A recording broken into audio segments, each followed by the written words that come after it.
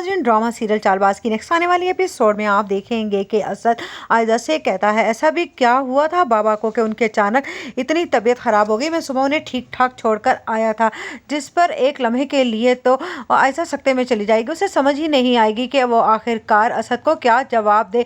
इतने में नाया बोल पड़ेगी और कहेगी, नहीं भाई, कुछ भी नहीं हुआ था ताया अबू को। बस जैसे ही ताया अबू की आवाज़ आई तो हम लोग भागे हुए गए और वो तो ज़मीन पर गिरे पड़े थे, क्योंकि इधर अनाया बात को संभाल लेगी, क्योंकि वो जानती है कि अगर असद को पता चल गया कि उसे अनाया के निकाह का पता चल गया है तो समझो रोहान को भी पता चल गया। इधर जैसे ही आयजा का बाप कुछ बुड़बुड़ाने लगेगा तो आयजा की माँ उनके आगे हाथ जोड़ेगी और कहेगी कि भाई साहब के साथ ही हमारा राज भी दफन हो गया है। अगर आप खामोश हो जाएंगे तो आपकी दोनों बेटियों का घर बच जाएगा, वरना आप अपनी दोनों बेटियों का घर अपने हाथों से बर्बाद कर देंगे। ये सोचकर आयजा का बाप भी खामोश हो जाएगा, क्योंकि उसे भी यही लगेगा कि आयजा की माँ बिल्कुल ठीक कह रही है। अब इसी में मसलियत है कि खामोशी इख्तियार कर ली जाए। उधर आप देखेंगे कि आयजा बहुत ज़्यादा परेशान होगी। असद को ये समझ नहीं आएगा कि आखिरकार ये इस गम से बाहर क्यों नहीं निकल रही है। उधर और रोहान, जो कि अपने बाप की वजह से अब तक खामोश था, वो आयजा पर बरस पड़ेगा और कहेगा कि यकीनन आप ही की वजह से कुछ हुआ है।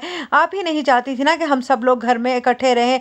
ना आपने उस दिन आसिर भाई और ईशल भाभी को निकाला होता और ना ही बाबा ने इतने सदमा लिया होता जिस सदमे की वजह से वो इस दुनिया से ही चले गए हैं। जिस पर असद अभी खामोश ही बैठा रहेगा, क्योंकि असद के तो खुद हवास गुमसुम हो गए हैं कि वो क्या करे और क्या ना करे।